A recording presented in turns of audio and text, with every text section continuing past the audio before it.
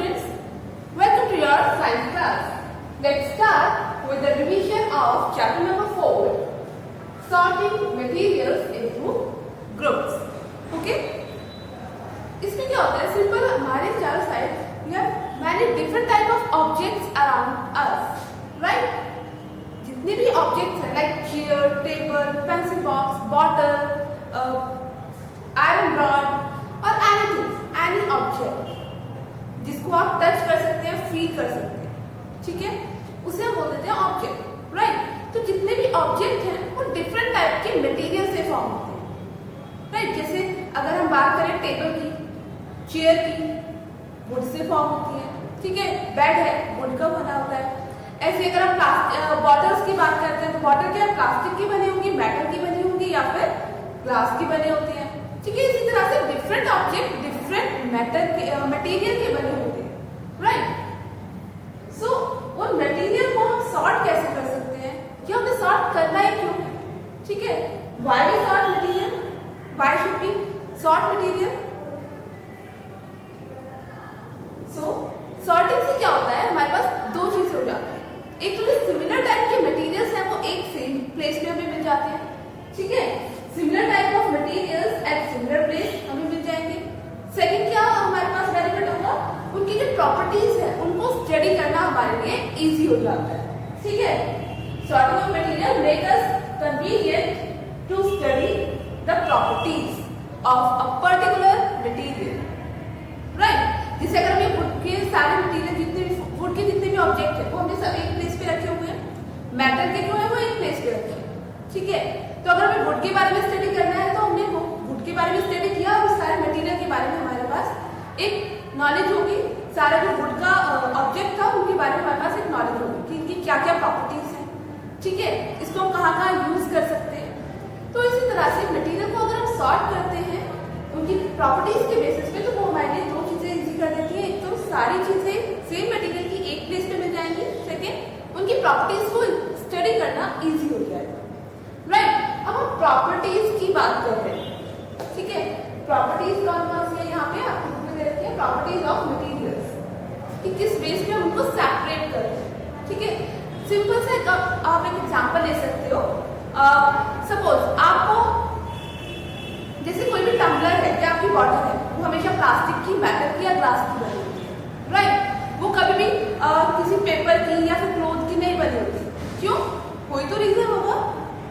Yes, अगर paper या cloth की होगी तो जो सारा बॉटल है वो ड्रेन आउट हो जाएगा, ठीक है, निकल जाएगा। लेकिन ये मटेरियल है प्लास्टिक, ग्लास और मेटल, इनके अंदर पानी हमारा स्टोर रहता है, ठीक है। इसी तरह से अगर हम कुकिंग कर रहे हैं, गैस बर्नर के ऊपर कुकिंग कर रहे हैं, उसके ऊपर हम पेपर या प्लास्टिक के जो पॉट है उनको नहीं रख सकते, ठीक है, क्यों? क्योंकि वो उसको रेजिस्ट नहीं करेंगे फायर को, ठीक है, उसमें वो खुद डैमेज हो जाएंगे। तो इसी तरह से डिफरेंट मटेरियल के ऑब्जेक्ट जो है वो डिफरेंट वर्क के लिए यूज होते हैं, ठीक है। सभी मटेरियल का डिफरेंट काम होता है, उनके काम के अकॉर्डिंगली वो मटेरियल यूज होता है कि इसका ये वर्क है तो इसको हमें इस मटेरियल का बनाना चाहिए।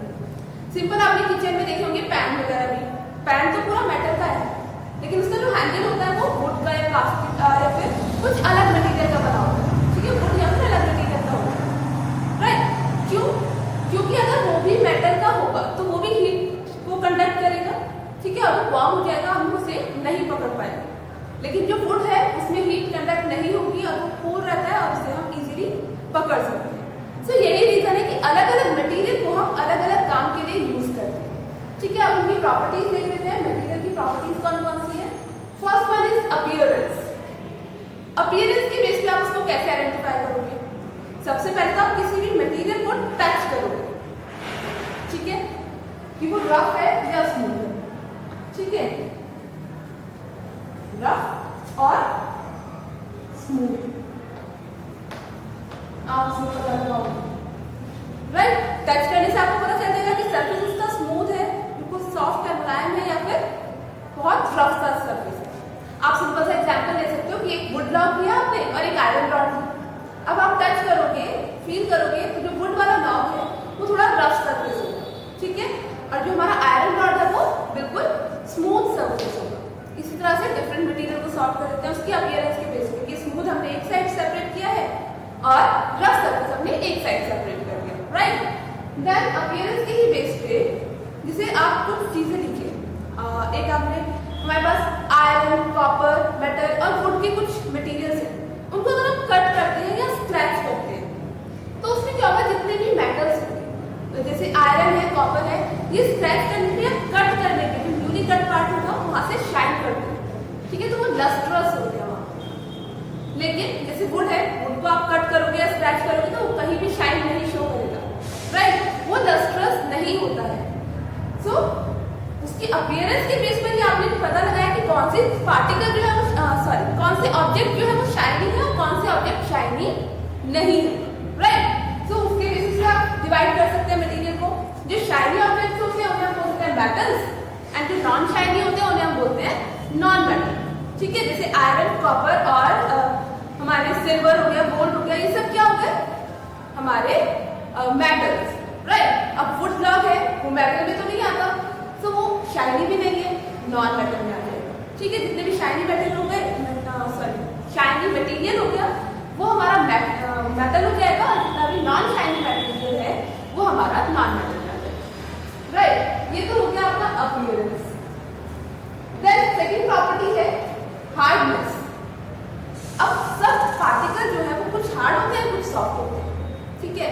अभी हमने एग्जाम्पल जस्ट आयरन रॉड का लिया था, राइट। अब आप आयरन रॉड को स्ट्रेच करो या फिर बैंड करो, इजीली बैंड नहीं हो। सिमिलरली चौक है, इसे आप स्ट्रेच करो, चौक यहाँ से होल हो जाएगा, या इसको आप ब्रेक करोगे इजीली ब्रेक हो जाएगी, ठीक है। तो ये क्या होगी, ये सॉफ्ट मटेरियल हो जाएगा जो इजीली ब्रेक हो जाते हैं, बैंड हो जाते हैं, ठीक है। वो आ जाते हैं सॉफ्ट मटेरियल्स में। देन आते हैं हमारे हार्ड जो इजीली ना ही ब्रेक होते हैं, ठीक है, ना ही बैंड होते हैं, दे आर हार्ड मटेरियल्स, ठीक है। सॉफ्ट एंड हार्ड मटेरियल में डिवाइड करेंगे। देन हमारे पास आते हैं soluble and non insoluble in water, ठीक है। वाटर के बेस पे हम डिवाइड कर रहे हैं, जो वाटर के अंदर कुछ मटेरियल तो हमारे डिसॉल्व हो जाते हैं, ठीक है। अगर हमने सिंपल एग्जांपल हम लेते हैं सॉल्ट या फिर शुगर, ठीक है। आपने शुगर लिया, शुगर क्या सॉल्युबल, वाटर के ग्लास में आपने शुगर डाला, स्टिर किया उसको, वो इजीली डिसॉल्व हो जाएगी, डिसअपियर हो जाएगी थोड़े टाइम बाद, ठीक है। आप उसे सेपरेट नहीं कर पाएंगे, ठीक है, इजीली डिसॉल्व हो गया और आपको दिख भी नहीं रही है, डिसअपियर हो गई। तो वो क्या हुई, शुगर या साल्ट हमारे सॉल्युबल इन वाटर, जो कि वाटर में इजीली डिसॉल्व हो जाते हैं, डिसअपियर हो जाते हैं, ठीक है। बट अगर वही चीज हम सैंड के साथ करें, बीकर या फिर ग्लास लिया वाटर का, उसके अंदर हमने सैंड डाला, डिसॉल्व किया, डिसॉल्व किया, डिसॉल्व किया, रख दिया ग्लास, सैंड हमारी सेटल डाउन हो जाएगी, ठीक है। क्यों, वो उसके साथ क्योंकि डिसॉल्व नहीं हो रही है, ठीक है। अगर वो डिसॉल्व नहीं हो रहा है कोई भी मटेरियल वाटर के अंदर, तो क्या हो जाएगा, इनसॉल्युबल, ठीक है। इनसॉल्युबल में क्या एग्जांपल आ गया हमारा, सैंड, ठीक है। सॉल्युबल में अगर हम सॉलिड की बात करें तो हमारे शुगर, सॉल्ट आ जाएंगे। कुछ गैसेस लाइक ऑक्सीजन वो भी डिसॉल्व होती है हमारे वाटर के साथ। ऐसे लिक्विड्स जैसे लेमन जूस है या फिर आपका विनेगर है, ठीक है, इस तरह के डिफरेंट एसिटिक एसिड वगैरह है, ये सब क्या है, सॉल्युबल इन वाटर। इसी तरह से अगर हम इनसॉल्युबल की बात करें तो लिक्विड कौन से आ जाएंगे जो वाटर में डिसॉल्व नहीं हो रहे हैं। आपने ऑयल है, ऑयल भी लिक्विड है, राइट, केरोसिन है, मस्टर्ड ऑयल है, कोकोनट ऑयल है, कोई भी ऑयल, वो अगर आप वाटर में डालोगे, उसको मिक्स करोगे, स्टिर करोगे, तो वो क्या डिसॉल्व हो जाता है, नो, वाटर के अंदर ऑयल डिसॉल्व नहीं होता, ठीक है। तो ये दोनों जो लिक्विड है वो इनमिसिबल है, या फिर ऑयल इनसॉल्युबल है वाटर, ठीक है। तो उसके बेसिस पे कि जो वाटर के अंदर डिसॉल्व हो रहा है उन्हें हम सॉल्युबल मटेरियल बोलते हैं, जो वाटर के अंदर डिसॉल्व नहीं हो रहा उन्हें हम इनसॉल्युबल मटेरियल्स बोलते हैं, right. Then next property is float और सिंकिंग वाटर। आपने देखा होगा सिंपल पॉन्ड में जो आसपास के पेड़ होते हैं, ठीक है, ट्री है, उनसे जो लीव्स गिरती है वो तो ऊपर फ्लोट करते रहते हैं, ठीक है, पॉन्ड में। लेकिन अगर आपको कोई स्टोन या नेल कोई वाटर के अंदर आपने डाल दिया या कॉइन आपका वाटर में गिर जाएगा पॉन्ड में, तो वो सिंक हो जाएगा, ठीक है। तो उसी बेसिस पे कि कुछ मटेरियल जो है वो फ्लोट करते हैं, कुछ सिंक करते हैं, ठीक है। जैसे आइस है, थर्मोकॉल है, लीव्स है, ये सब क्या है, वाटर से लाइट होते हैं, इनका जो वेट होता है वो वाटर से कम होता है, जिसकी जिसकी वजह से ये वाटर के ऊपर फ्लोट करते हैं। ठीक है, इनकी डेंसिटी, जिन पार्टिकल्स की डेंसिटी कम होती है वाटर से, वो वाटर के सरफेस पे फ्लोट करते हैं, राइट। वो लाइटर होते हैं वाटर से और डेंसिटी कम होती है। और जो सिंक कर रहे हैं मटेरियल, जो ऑब्जेक्ट सिंक हो जाते हैं, नीचे पानी में डूब जाते हैं, उनकी डेंसिटी पानी से ज्यादा होती है, प्लस वो वाटर से हैवियर होते हैं। ठीक है, आइस जो है हमारी वाटर से लाइटर होती है, इसी वजह से वो फ्लोट करती है वाटर के ऊपर। ठीक है, सेम जो नेल है, कॉइन है आपके, और कोई भी हैवी मेटल है, वो सब पानी के अंदर सिंक हो जाएगी। आप पानी में डालोगे आपको नीचे बैठ जाएगा। ठीक है, तो फ्लोट और सिंक के बेस पर हम डिवाइड कर सकते हैं। फिर हमारे पास आता है ट्रांसपेरेंसी। ट्रांसपेरेंसी के बेसिस पे हमारे पास हमें 3 ग्रुप्स में डिवाइड किया जाता है। ठीक है, फर्स्ट वन इज ट्रांसपेरेंट। ठीक है, first one is transparent, then translucent, and last one is OPEC.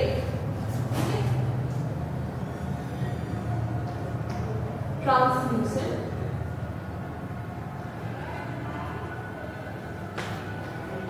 opaque,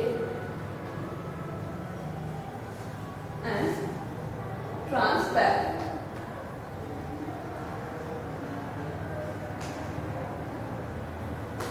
Right.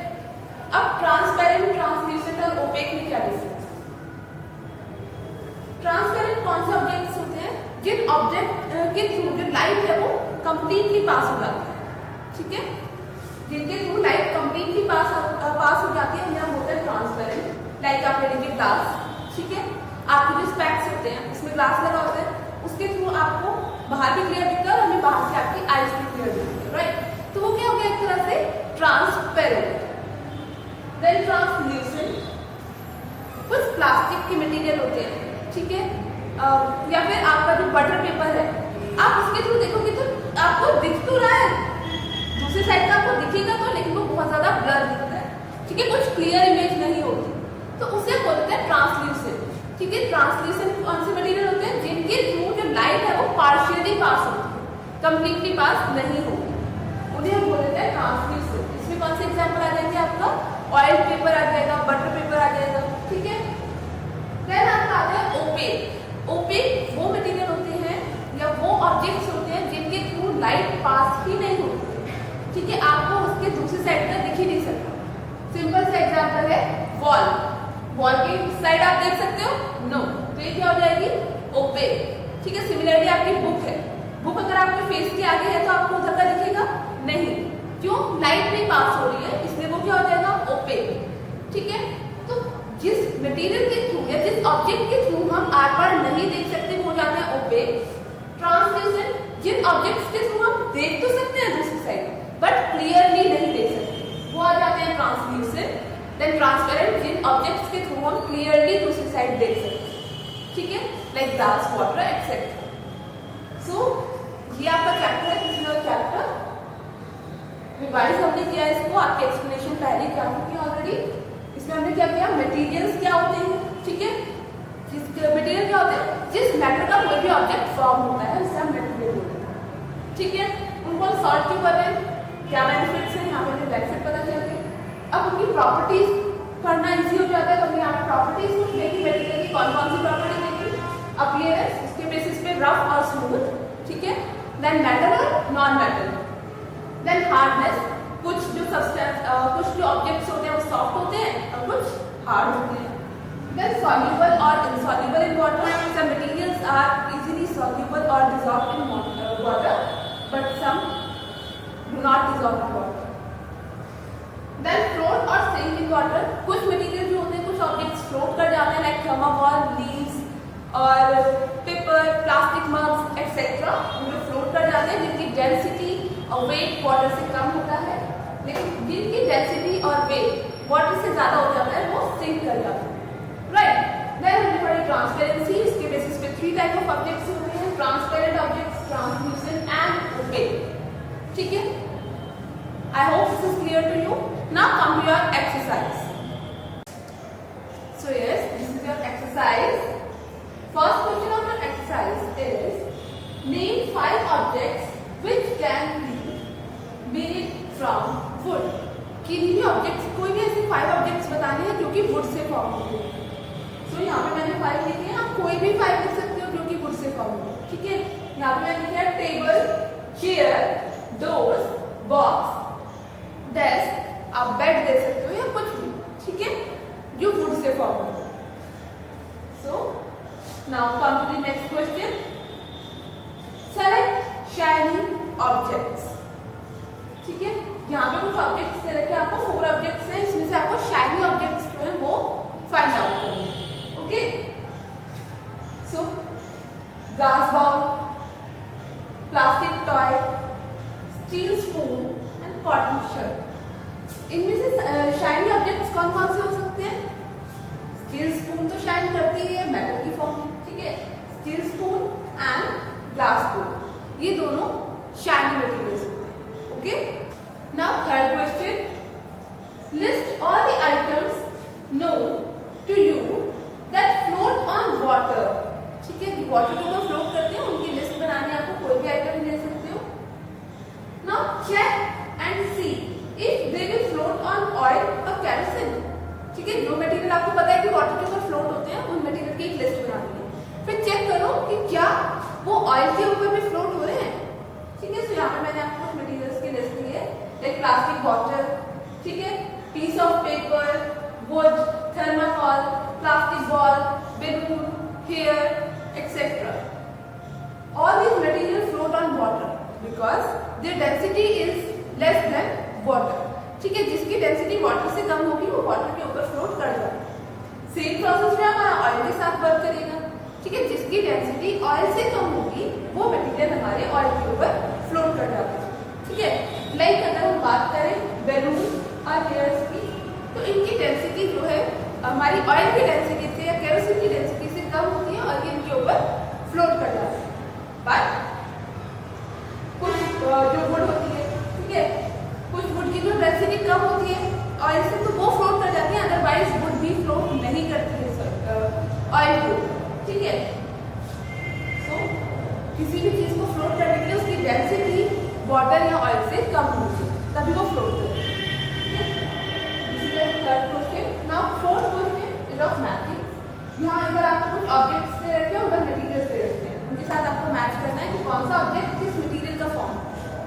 Right, first one is book. Book किसकी फॉर्म होती है आपकी? Paper, right. So match this with paper. Now tumbler. Tumbler आपका किसका form होता है? तो glass का भी फॉर्म हो सकता है, प्लास्टिक का भी फॉर्म हो सकता है, राइट, ग्लास। चेयर, चेयर आपकी वुड की फॉर्म होती है जनरली। ठीक है, टॉयज आपके प्लास्टिक के फॉर्म होते हैं, देन शूज लेदर के फॉर्म होते हैं। ठीक है, अब इसमें कुछ ऑब्जेक्ट ऐसे हैं जो एक से ज्यादा मटेरियल के भी फॉर्म हो सकते हैं। ठीक है, जैसे बुक तो पेपर से है, ठीक है, राइट, बुक तो पेपर से है, ठीक है। Then tumbler. टम्बलर जो है वो हमारा ग्लास का भी फॉर्म हो सकता है, लेकिन प्लास्टिक का भी फॉर्म हो सकता है। ठीक है, तो टम्बलर क्या है हमारा? ग्लास और प्लास्टिक दोनों का फॉर्म हो सकता है, दो मटेरियल आ सकते हैं। ठीक है, अब हमारे ऊपर डिपेंड करता है कि हमें ग्लास टम्बलर चाहिए या फिर प्लास्टिक टम्बलर चाहिए, राइट। Then chair. अब चेयर हमारे पास आजकल मार्केट में प्लास्टिक चेयर्स भी आती है, राइट। तो हमारी चेयर भी दो मटेरियल्स की फॉर्म हो सकती है, first one is would and second one is plastic. Plastic की भी फॉर्म हो सकती है और वुड की भी फॉर्म हो सकती है। Then toys. अब टॉयज के भी साथ सेम ही चीज है, आजकल तो मार्केट में वैसे ग्लास वगैरह के भी टॉयज आ रहे हैं, लेकिन जो जनरली बच्चों के लिए टॉय लिए जाते हैं कौन से टॉयज होते हैं? प्लास्टिक या फिर वुड के टॉयज, राइट। तो यहाँ पे भी दो मटेरियल आ गए जो कि मिलकर एक ही ऑब्जेक्ट बना रहे हैं। Then lastly shoes. शूज हमारे लेदर के होते हैं। So this is your matching. Now come to the next question. Now next question, question number 5 is a true false. कुछ स्टेटमेंट्स आपको यहाँ दे रखे हैं, उनको आपको ट्रू एंड फॉल्स बताना है, right. First statement is stone is transparent while glass is opaque. Stone आपका ट्रांसपेरेंट होता है क्या? जिनके थ्रू लाइट इजीली पास हो जाती है या फिर जिनके आर पार हम इजीली देख सकते हैं, ठीक है, वो ट्रांसपेरेंट होते हैं। और ओपेक कौन से होते हैं? जिनके थ्रू लाइट पास ही नहीं होती है। So this statement is absolutely wrong because stone is opaque and glass is transparent. ठीक है? So this statement is false. Now second statement, a notebook has luster while eraser does not. Luster क्या होता है? Shine. ठीक है, shine metals के अंदर होती है। तो यहाँ पे बोल रखा है जनरली मेटल्स के अंदर जनरली जो मेटल्स होती है वही शाइन करती है, ठीक है, या फिर कुछ और ऑब्जेक्ट्स होते हैं शाइन करते हैं। आपकी नोटबुक है, क्या वो शाइन करती है? नो, इरेजर तो शाइन करती ही नहीं। सो this statement is also wrong because first statement जो है नोटबुक हैज लस्टर, ये रॉन्ग, ठीक है। So this statement is also wrong. Third statement, chalk dissolve in water. अगर हम चॉक को डिसॉल्व करते हैं वाटर में तो वो डिसॉल्व नहीं होगी, ठीक है। हमने स्टिर किया, मिक्स किया, थोड़े टाइम के लिए रखेंगे तो वो सारी चॉक सेपरेट डाउन हो जाएगी, ठीक है। तो जो चॉक है वो वाटर में डिसॉल्व नहीं होगी। Chalk dissolve in water? No. So this statement is also false. Fourth statement, a piece of wood float on water. जो वुड पीस होता है क्या वो वाटर के ऊपर फ्लोट करता है? यस, क्योंकि उसकी डेंसिटी वाटर से कम होती है, that's why a would block float on water. Now the fifth statement, sugar does not dissolve in water. Sugar क्या वाटर में डिसॉल्व नहीं होती है? हो जाती है, ठीक है, शुगर सिरप नहीं बनाते हैं। So this statement is also wrong. Sixth statement, oil mixes with water. अगर हम ऑयल और वाटर को मिक्स करेंगे क्या वो मिक्स हो जाएंगे? No, they are immiscible. So this statement is also wrong because oil doesn't mix with water. Okay, then sand settle down in water. अगर हम सैंड को मिक्स करके वाटर को थोड़ा देर सेटल डाउन करने के लिए छोड़ दें तो जो सैंड है वो सारी सेटल डाउन हो जाती है, ठीक है। So this statement is true क्योंकि इसमें क्या होता है? Sand settle down in water, ठीक है। This statement is true. Then last statement, vinegar dissolves in water. Vinegar जो है वो क्या वाटर में डिसॉल्व हो जाता है? Yes, this is soluble in water. This statement is also true. Now next question number 6 is given below are some objects and materials named like water, basketball, orange, sugar, globe, apple, other picture etcetera, ठीक है। ये आपको कुछ names दे रखे हैं, इनको हमें group में डिवाइड करना है। फर्स्ट कौन से ग्रुप में डिवाइड करना है हमें? ये राउंड है या फिर कोई और शेप है, ठीक है। जो राउंड है उनको हमने एक जगह लिख दिया और जो अदर देन राउंड है वो दूसरे कॉलम में लिख दिया। सेकंड हमें उनको सेपरेट करना है कि वेदर दे आर ईटेबल और नॉन ईटेबल, ठीक है। सो द फर्स्ट राउंडेड कौन से इसमें से? बास्केटबॉल राउंड होती है, राइट। ऑरेंज नियरली राउंड ही होता है। देन ग्लोब राउंड होता है। एप्पल नियरली राउंड होता है। And other picture is also rounded structure, ठीक है। So these are rounded. इनके अलावा जो भी बचे हैं क्या देंगे? अदर शेप, ठीक है, लाइक वाटर है और शुगर है, ये क्या देंगे? किसी और शेप के। राउंड तो नहीं होते। वाटर को भी हम जिस भी बॉटल में रखेंगे या फिर जिस भी कंटेनर में रखते हैं उसी का शेप ऑक्यूपाई कर लेता है, right. Then eatable and non eatable, easily पता चल रहा है आपको यहाँ पे ईटेबल कौन कौन से है? Water, orange, sugar, apple, these are eatable, ठीक है। Water, orange, sugar and apple. इसके अलावा जितने बचे हैं वो नॉन ईटेबल है, जिनको नहीं खा सकते, like basketball, other picture, globe, ठीक है, नॉन ईटेबल से। तो दिस इज क्वेश्चन नंबर 6। ऐसे अगर आपको कोई और भी मटेरियल देते हैं, कुछ और भी मटेरियल हम आपको ऑब्जेक्ट्स दे देते हैं तो आप उनको इजीली आइडेंटिफाई कर सकते हो, ठीक है, उन्हें सॉर्ट कर सकते हो उसकी कैटेगरी के अकॉर्डिंग कि आपको कैटेगरी कौन सी दे रखी है, ठीक है। शेप के अकॉर्डिंग यहाँ पे हमने इक्वल और नॉन इक्वल रखे हैं, ठीक है। Then 7th question, find out odd one out. ये कुछ स्टेटमेंट है, उनके स्टेटमेंट है, कुछ लिखिए ऑब्जेक्ट्स और मटेरियल के नेम दे रखे हैं, उनमें से आपको ऑड वन आउट को सेपरेट करना है। तो फर्स्ट में क्या है? Chair, bag, table, baby and cupboard. ठीक है, ये सब क्या है? इनमें से चेयर, बेड, टेबल, कबर्ड ये सब क्या है? हमारे नॉन लिविंग ऑब्जेक्ट्स। ठीक है, नॉन लिविंग है। अब जो हमारा बेबी है ये क्या है? एक लिविंग ऑब्जेक्ट। ठीक है, बेबी। सो इसमें सबसे ऑड कौन सा है? बेबी, जो अलग है बाकी सारे वर्ड्स। ठीक है ना? देन बी स्टेटमेंट, रोज, जैस्मिन, बोट, मैरीगोल्ड, लोटस। इसमें मैक्सिमम किसके लिए है? रोज क्या है? ये भी हमारा फ्लावर है, जैस्मिन भी फ्लावर है हमारा, मैरीगोल्ड भी फ्लावर है, लोटस भी फ्लावर है, बट जो बोट है वो ऑड है। ठीक है, ये फ्लावर का नेम तो नहीं है, बोट के अलावा बाकी सभी क्या है? Flowers. Then C, aluminium, iron, copper, silver and sand. ठीक है, इन सभी क्या सिमिलैरिटी आपको दिख रही है? एल्यूमिनियम, आयरन, कॉपर और सिल्वर ये सब क्या है? Metals, right. बट जो सैंड है ये हमारी नॉन मेटल है। सो the right answer for this is sand. Now next क्या है? Sugar, salt, sand, copper, sulphur. अब यहाँ पे क्या सिमिलैरिटी है? शुगर भी हमारी वाटर में डिसॉल्व हो जाती है, सॉल्ट भी वाटर में डिसॉल्व हो जाता है, कॉपर सल्फेट भी हमारा वाटर में डिसॉल्व हो जाता है, राइट।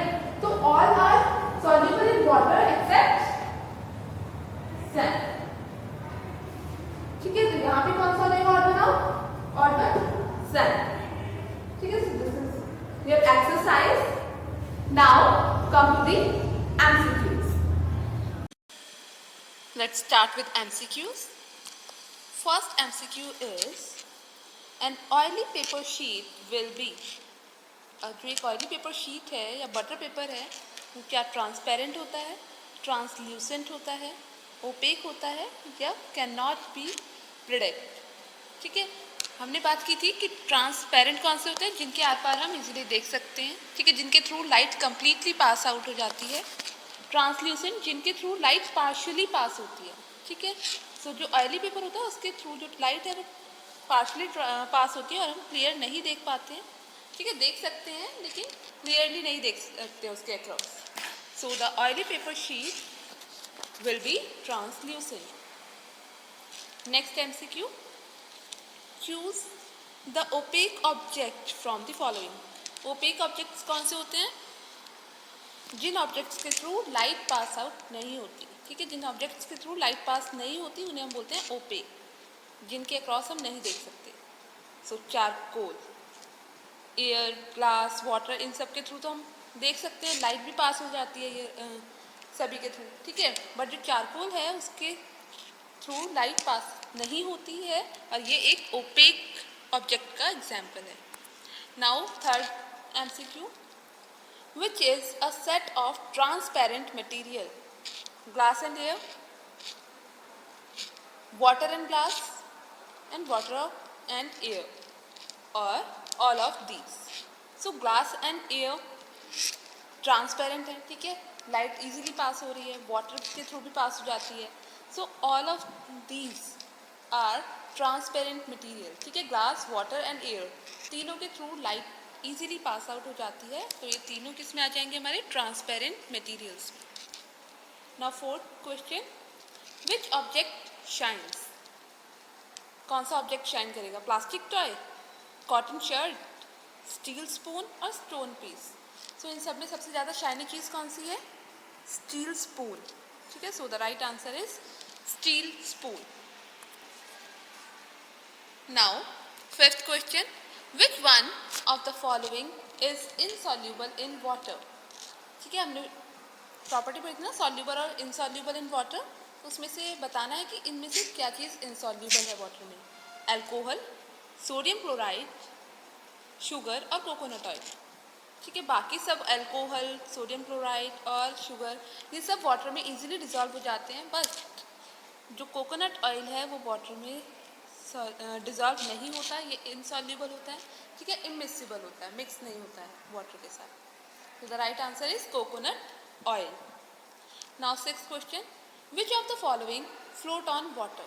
वाटर के ऊपर फ्लोट कौन से मटेरियल करते हैं? जिनकी डेंसिटी वाटर से कम होती है, राइट। मार्बल, कॉइन, इरेजर, ये सब की डेंसिटी क्या है, वाटर से ज़्यादा होती है और ये वाटर में सिंक कर जाते हैं. बट वैक्स जो है उसकी डेंसिटी कम होती है और वो वाटर में फ्लोट करती है. ठीक है, सो the right answer is wax. ये एग्जाम्पल आप करके भी देख सकते हो. आपके पास घर में इरेजर भी है, कॉइन भी होगा, मार्बल भी होगा. ठीक है, उन सबको आप वाटर में डालोगे तो वो इजीली सिंक हो जाएंगे. बट अगर आप वैक्स डालते हो तो वो वैक्स जो है, ठीक है, कैंडल लीजिए, उससे वैक्स जो है थोड़ा उस पर डालिए वाटर के ऊपर, तो वो सरफेस पर ही फ्लोट करेगा. Then next question, transparent material allow the light to pass through them. ठीक है, ट्रांसपेरेंट मटेरियल के थ्रू जो लाइट पास होती है वो क्या वो कम्प्लीटली होती है, पार्शली होती है, या कभी कभी होती है, या होती ही नहीं है. ठीक है, ट्रांसपेरेंसी के बेस पे 3 टाइप के बताए थे ना हमने. ट्रांसपेरेंट मटेरियल कौन से होते हैं, जिनके थ्रू लाइट कम्प्लीटली पास होती है. सो the right answer is completely. ठीक है, ट्रांसल्यूसेंट में पार्शली लाइट पास आउट होती है और ओपेक में पास नहीं होती. Then which of the following gets reddish brown in color on exposure to air? Gold, silver, iron और एल्यूमिनियम. देखो, गोल्ड, सिल्वर और एल्यूमिनियम तो आपने देखे कि इनके ऊपर कोई रेडिश लेयर नहीं फॉर्म होती. बट आयरन जो है या लोहे की कोई भी चीज़ हमारे बाहर पड़ी हुई है, ठीक है, छत पे पड़ी होती है, तो उसमें क्या होता है, जो वो पीस होता है वो एयर और वाटर या मॉइस्चर के कंटेंट में आती है. उसके ऊपर एक रेडिश लेयर फॉर्म हो जाती है, रस्ट लग जाती है. ठीक है, जंक लग जाता है. तो वो क्या है, जंक किस कलर का होता है, रेडिश ब्राउन कलर का. सो आयरन रस्टिंग जो होती है, रस्ट जो होती है वो रेडिश ब्राउन कलर की होती है. किसकी वजह से होती है, due to the exposure to air and moisture. ठीक है, एयर मॉइस्चर के कंटेक्ट में आते ही जो आयरन होता है उसमें रस्ट लगना स्टार्ट हो जाता है. ठीक है, which of the following get reddish brown in colour on exposure to air? So the right answer is iron. Now next question, question number 9. If no light can pass through an object, अगर किसी object के through light pass नहीं हो रही है तो उस object को हम क्या बोलेंगे? ये अभी हमने डिस्कस किया, वो ऑब्जेक्ट होते हैं हमारे ओपेक. ठीक है, ट्रांसपेरेंट में लाइट कंप्लीटली पास हो जाती है, ट्रांसल्यूसेंट में लाइट पार्शली पास होती है और ओपेक में पास ही नहीं होती. ठीक है, then the last MCQ is which one of the following liquids is immiscible with water? इनमें से कौन सा लिक्विड ऐसा है जो वाटर के साथ मिक्स नहीं होता?